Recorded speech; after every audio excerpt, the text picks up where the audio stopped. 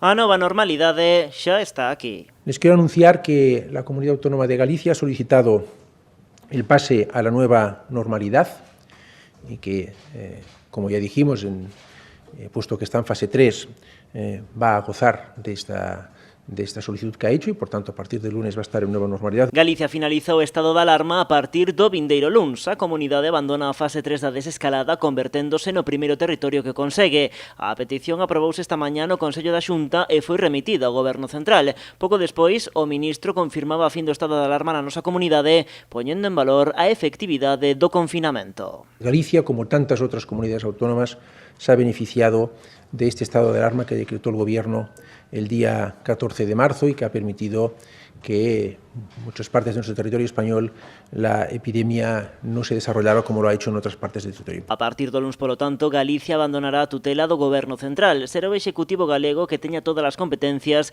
respectando as normas que se contemplan no decreto da nova normalidade. O presidente da Xunta entende que o novo paso ven avalado pola situación epidemiolóxica. Nos últimos 7 días a taxa de incidencia por 100.000 habitantes sitúase na nosa comunidade no 0,4, mentres que a media de España é de 4,2. Con todo, Alberto Núñez Feijóo fai fincapé en que superar a fase 3 non significa que se teña superado a pandemia.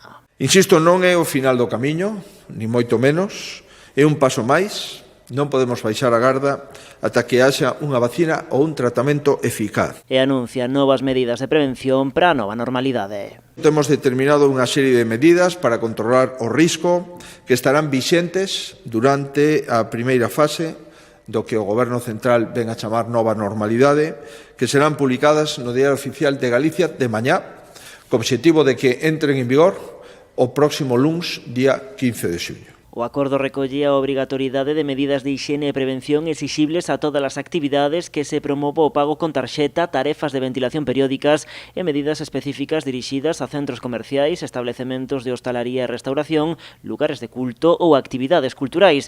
Tamén se amplían os aforos con carácter xeral e reabren parques infantís ao aire libre.